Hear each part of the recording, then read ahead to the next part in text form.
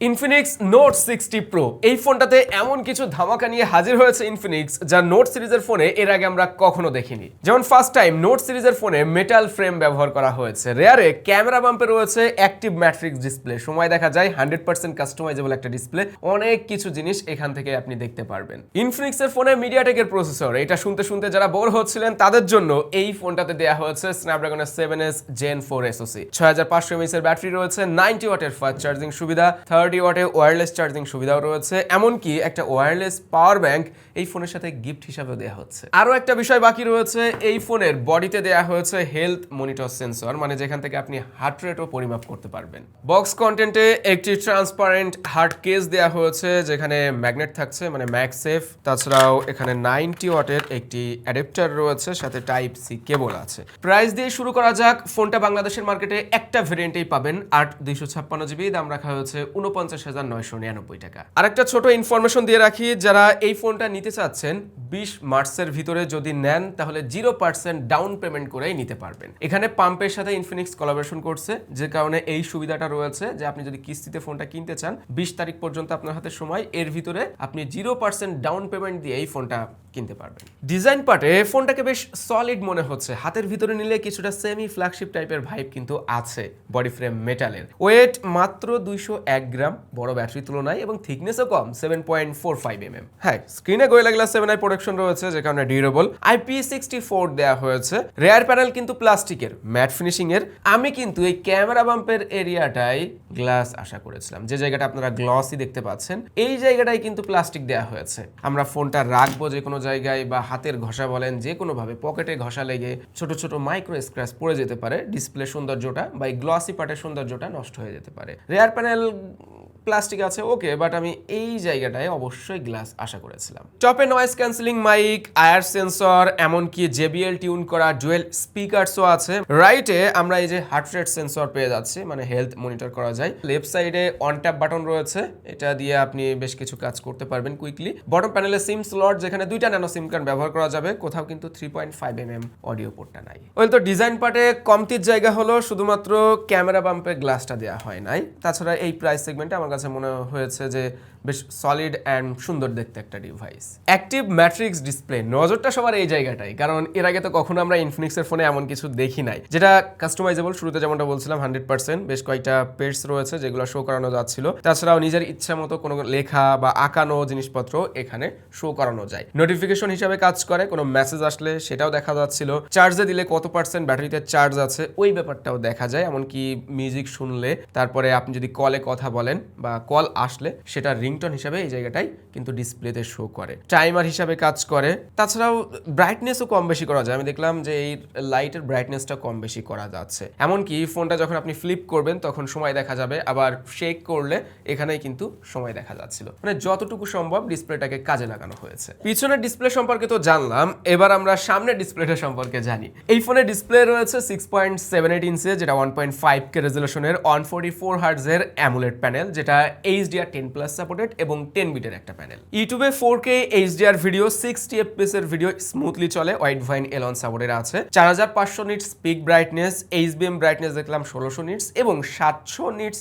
Typical brightness পাওয়া যায়। যেমনটা দেখলাম সানলাইটে যখন ব্যবহার করছিলাম তখন হ্যাঁ ব্রাইটনেস কোয়ালিটি ভালোই। আপনি যখন সানলাইটে HDR ভিডিও টিডিও দেখবেন ইউটিউবে, তখন দেখবেন যে বেশ ব্রাইটার এক্সপিরিয়েন্স পাওয়া যাচ্ছে, মানে ভিজিবিলিটি নিয়ে কোনো সমস্যা নেই আউটডোরে। ডিসপ্লেটা স্মুথ রেসপন্সিভ, যেটা একটা ডিসপ্লের জন্য, মানে ভালো ডিসপ্লের জন্য ইম্পর্টেন্ট একটা পার্ট। এর যে রিফ্রেশ রেটটা রয়েছে 144 হার্টজ, যেটা আমরা দেখলাম লিমিটেড কিছু অ্যাপ্লিকেশনের ভিতরে 144 হার্টজ আনলক করা যায়। মানে ফোনের ডিফল্ট অ্যাপ্লিকেশনের বাইরে যা কিছু রয়েছে সেই সব কিছুতেই প্রায় দেখা যাচ্ছে 120 হার্টজের বেশি আনলক করা যাচ্ছে না। মানে 144 হার্টজ ডিসপ্লেতে থাকলেও 90 to 120 হার্টজে আপনি ফোনটা ব্যবহার করতে পারবেন। সেই তুলনায় এই ডিসপ্লেটা বেশ স্মুথ মনে হয়েছে। আমরা গেমিং এক্সপিরিয়েন্স করেছি, গেমের ভিতরেও দেখলাম যে টাচ রেসপন্স রেট নিয়ে কোনো সমস্যা নাই, যথেষ্ট ফ্লুইড লাগছে এক কথায়। সহজ কথায় বলতে হলে এই প্রাইস সেগমেন্টে খুব ভালো কোয়ালিটির ডিসপ্লে অফার করছে ইনফিনিক্স, শুধুমাত্র LTPO জায়গাটা বাদে। আর 2304 হার্টজের PWM ডিমিং আছে, লো ফ্লিকার পাওয়া যাবে, তার মানে চোখের জন্য নিরাপদ। Dual speakers, sound by JBL, আমরা সবসময় সাউন্ড আপনাদেরকে শোনাই, চলেন শুনে আসা যাক কেমন সাউন্ড পাচ্ছে এই ফোন থেকে।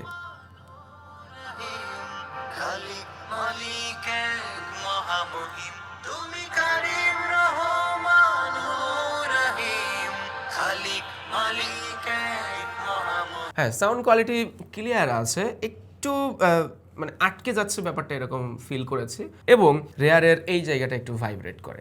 এই ফোনটা হাতে নিয়ে ব্যবহার শুরু করলে একটা জিনিস আপনি মাস্ট ফিল করবেন, সেটা হলো এর হ্যাপটিক ফিডব্যাক। এত সুন্দর হ্যাপটিক ফিডব্যাক আমি এই রকম বাজেটের ফোনে অফিসিয়াল মার্কেটে দেখি নাই।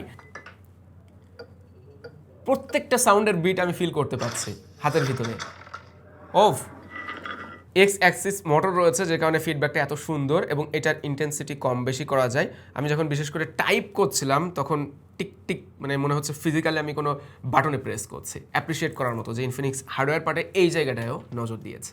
এবার আমরা জানবো ক্যামেরা নিয়ে। ফোনটাতে রেয়ারে দুইটা ক্যামেরা ব্যবহার করা হয়েছে, 50 মেগাপিক্সেল যেটাতে ওআইএস থাকছে, এবং একটা 8 মেগাপিক্সেলের আলট্রা ওয়াইড ক্যামেরা। সামনে সেলফি ক্যামেরা দেওয়া হয়েছে 13 মেগাপিক্সেল। দেখেন, আমরা যে পোর্ট্রেট মোডে ইমেজগুলো তুলেছি সেগুলো দেখলে আপনারা ফিল করতে পারবেন যে ব্যাকগ্রাউন্ডের বোকেগুলো খুবই সফট লাগছে এবং ন্যাচারাল মনে হচ্ছে। এজ ডিটেক্ট ঠিকঠাকই আছে, 3টা ফোকাল লেন্থ পেয়েছি, মানে 35mm এর সাথে 24mm রয়েছে। এমনকি আপনি সর্বোচ্চ 50mm ফোকাল লেন্থেও ছবি তুলতে পারবেন। আলো ভালো থাকলে এই 3টা ফোকাল লেন্থে দেখলাম ইমেজের ভিতরে সফট করার ব্যাপারটা একেবারেই লক্ষণীয় থাকে না, মানে শার্পনেস ডিটেলস ভালোই পাওয়া যায়। কালারগুলি ন্যাচারাল মনে হয়েছে, বুস্টেড লাগছিল না। এক্সপোজার ব্যালেন্স ওকে আছে, বাট ডাইনামিক রেঞ্জে কিছুটা দুর্বলতা আছে। লো লাইটে পোর্ট্রেট ইমেজে 50mm ফোকাল লেন্থে কিন্তু বোঝা যায় যে ডিজিটালি জুম করা হয়েছে, 35 পর্যন্ত ইউজেবল ছবি পাচ্ছিলাম। তাছাড়া 50 মেগাপিক্সেল হিসাবে শার্পনেস অ্যান্ড ডিটেলস কিন্তু যথেষ্ট ভালো পাওয়া যাচ্ছিল। মোটামুটি বলা যায় মেইন সেন্সর থেকে ভালোই ছবি পাচ্ছিলাম আমরা।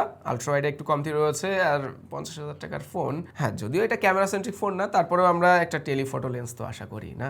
সেলফি ক্যামেরা 13 মেগাপিক্সেল, রেয়ারের মতোই। ফ্রন্ট ক্যামেরাতে এসেও ন্যাচারাল টোন পাচ্ছিলাম, স্কিন টোনটা ভালো লাগছে, একটু পিঙ্কিশ ভাব রয়েছে, যদিও এটা আলো ভালো থাকলে দেখলাম কাটিয়ে ওঠা যায়, তখন ওই ব্যাপারটা ভিজিবল হচ্ছিল না। ওয়াইড আছে সেলফি ক্যামেরা, এমনিতে 23mm ফোকাল লেন্থে সেলফি তোলা যাচ্ছিল, মানে গ্রুপ সেলফিতে ভালো পারফর্ম করবে। মানে 13 মেগাপিক্সেল হিসাবে সেলফি ক্যামেরা খারাপ না, এখানে মনে হবে না আপনার যে মেগাপিক্সেল আর একটু বেশি হলে ভালো হতো। বোথ ক্যামেরাতে 4K 30fps এর ভিডিও শুট করা যায়। রেয়ারে যেহেতু ওআইএস রয়েছে, এখানে অবশ্যই স্টেবল ভিডিও পাওয়া যাবে। তবে আমরা দেখিয়ে দিচ্ছি আপনাদেরকে ভিডিও কোয়ালিটি কেমন। 4K রেজলিউশন রয়েছে, খুবই ক্রিস্পি ভিডিও পাচ্ছি। আমার ফেস টোন দেখেন, সুন্দর লাগছে, এবং ব্যাকগ্রাউন্ডে যে লাইট সেগুলোকে খুব সুন্দরভাবে ব্যালেন্স করছে। আমি যদি ইনডোরের শ্যাডো এরিয়া থেকে আউটডোরে যাই, তারপরেও দেখেন ফেস টোন দেখতে ভালো লাগছে। এখন ইআইএস অন আছে, যে কারণে কিছুটা ক্রপ ভিউ পাচ্ছি। ইআইএস বন্ধ করলে স্টেবল হবে না, আবার তখন depth of field of view অনেক ভালো পাওয়া যাবে। রেয়ার ক্যামেরাতে যেহেতু ওআইএস আছে, সে কারণে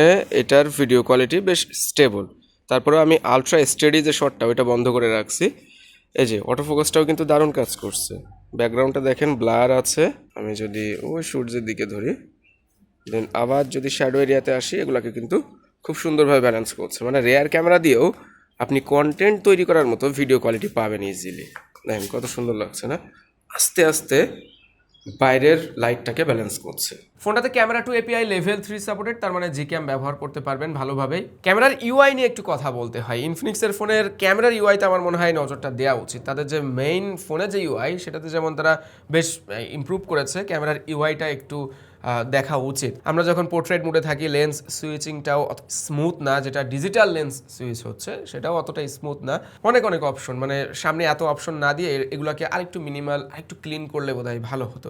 স্ন্যাপড্রাগনের 7S Gen 4 SoC দেওয়া হয়েছে ফোনটাতে, 3D ভিসি কুলিং সিস্টেমও রয়েছে, এবং যেটার সাইজ হলো, মানে ভিসি এরিয়া সাইজটা হলো 4758mm। স্ন্যাপড্রাগনের প্রসেসর ব্যবহার করায় এই জায়গাটায় কিন্তু আপনি শিওর থাকেন যে একটা সলিড এসওসির ফোন আপনি পাচ্ছেন, যা লংজিভিটি নিয়ে আপনাকে চিন্তা করতে হবে না যে 3 বছর 4 বছর পরে স্লো হয়ে যাবে কিনা। যাই হোক, LPDDR5X টাইপ র্যাম দেওয়া হয়েছে, এই জায়গাটা good, but EFS 2.2 storage type দেওয়া হয়েছে, যেখানে আমি অবশ্যই 3.1 আশা করেছিলাম। দেখেন প্রসেসর ভালো, র্যাম টাইপও ভালো, শুধুমাত্র স্টোরেজ টাইপটা যদি 3.1 থাকতো তাহলে আমার কাছে মনে হয় আরো বেশি ইফেক্টিভ হতো পারফরমেন্সের দিক থেকে। টেস্ট করেছিলাম Geekbench 6 এ, সিঙ্গেল করে 1000+ স্কোর এসেছে 1160, মাল্টি করে 3359 এবং আন্ততুতে স্কোর পেয়েছি 10,65,000। পাবজি গেমে 90 FPS পাওয়া যাচ্ছিল, মানে 90 FPS এ খেলা যায়। CODM গেমটা 90 FPS এ খেলা যায়। ডেল্টা ফোর্স এটাও 90 FPS এ খেলা যায়।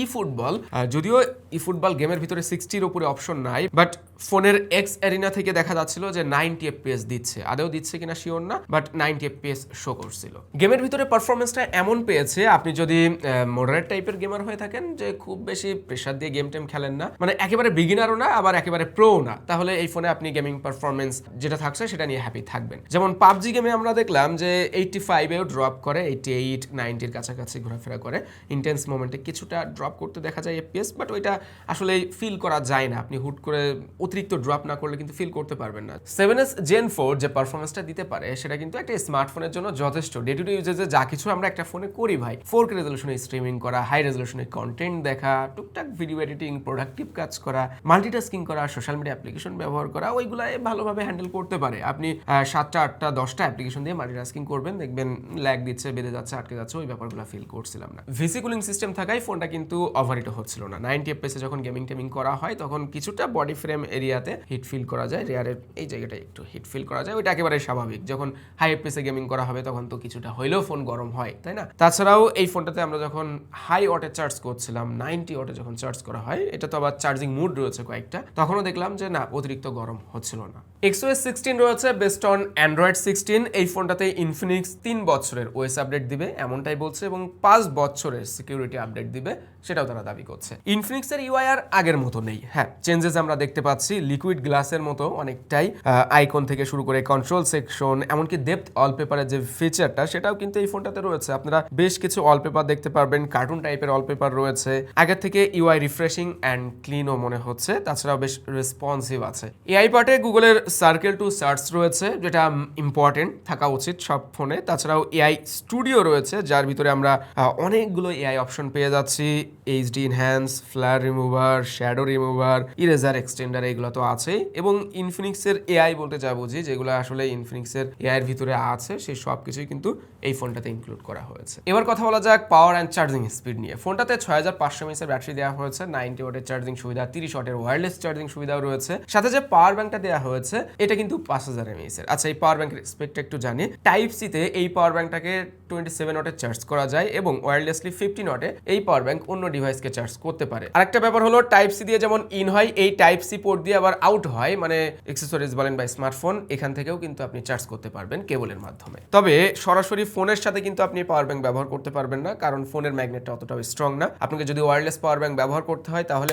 অবশ্যই এই কেসটা ব্যবহার করতে হবে, তারপরে কিন্তু বেশ স্ট্রংলি ফোনের সাথে পাওয়ার ব্যাংকটা ফিট হয়ে থাকছে। এইটাতে আবার কুলিং ফ্যান দেওয়া হয়েছে, তার মানে পাওয়ার ব্যাংক যেন ওভারহিট না হয়ে যায়। আর এই ফ্যানটা আসলেই ঘুরে, সাথে আবার লাইটও আছে দেখছি।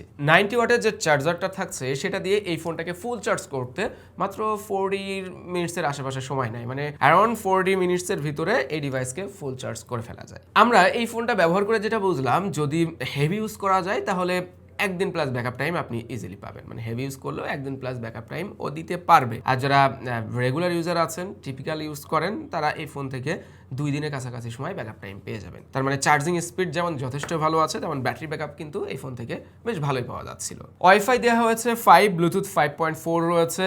30,000 টাকা প্লাস হইলেই বোধহয় ওয়াইফাই 6 থাকা উচিত। এনএফসি পাচ্ছি আমরা এই ফোনটাতে। এবার আমরা কথা বলবো প্রোজ অ্যান্ড কনস নিয়ে। আচ্ছা, প্রথমত কনস নিয়ে কথা বলা যাক। দেখেন, বাজেট 50,000 টাকা, 49,999 টাকা। আমার কাছে মনে হয়েছে প্রাইসটা আর একটু কম হলে ভালো হতো। তবে যে জায়গাগুলোতে ইমপ্রুভমেন্টের সুযোগ ছিল তার ভিতরে ইউএফএস 2.2 অবশ্যই আমি প্রথমে রেখেছি। 3.1 থাকলে লংজিভিটির যে ব্যাপারটা, ওইটা আরও মানে নিজের দিক থেকে বেটার ফিল করতো, যে কিনবে আর কি, যে 4 বছর 5 বছর পরে যে ব্যাকডেটেড কোনো ফোন মনে হবে না 3.1 থাকলে মিনিমাম। এরপরে প্লাস্টিক, হ্যাঁ রেয়ারের ক্যামেরা মডিউল বলেন বা রেয়ার প্যানেল, এই জায়গাগুলোতে প্লাস্টিক ব্যবহার করেছে। এমনকি যে হার্ট রেট সেন্সর, এখানেও প্লাস্টিক ব্যবহার করেছে। ক্যামেরা সেন্ট্রিক ফোন না, যেটা বললাম, ক্যামেরাতে তারপরেও আরেকটু ইমপ্রুভমেন্টের সুযোগ ছিল, আরেকটু বেটার ছবি বা ভিডিও কোয়ালিটি আমি আশা করেছিলাম।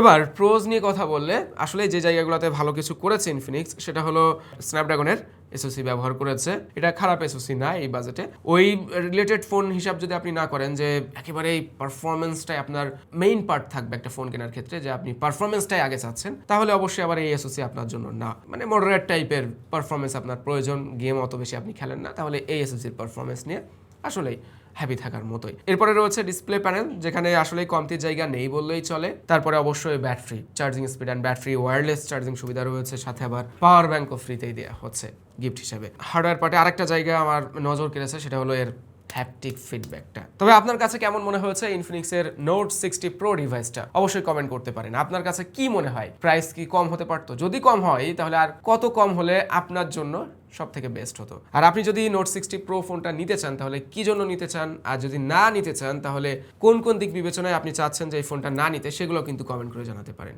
এটা ছিল আজকের ভিডিও। সবাই ভালো থাকবেন, সুস্থ থাকবেন। আল্লাহ হাফেজ।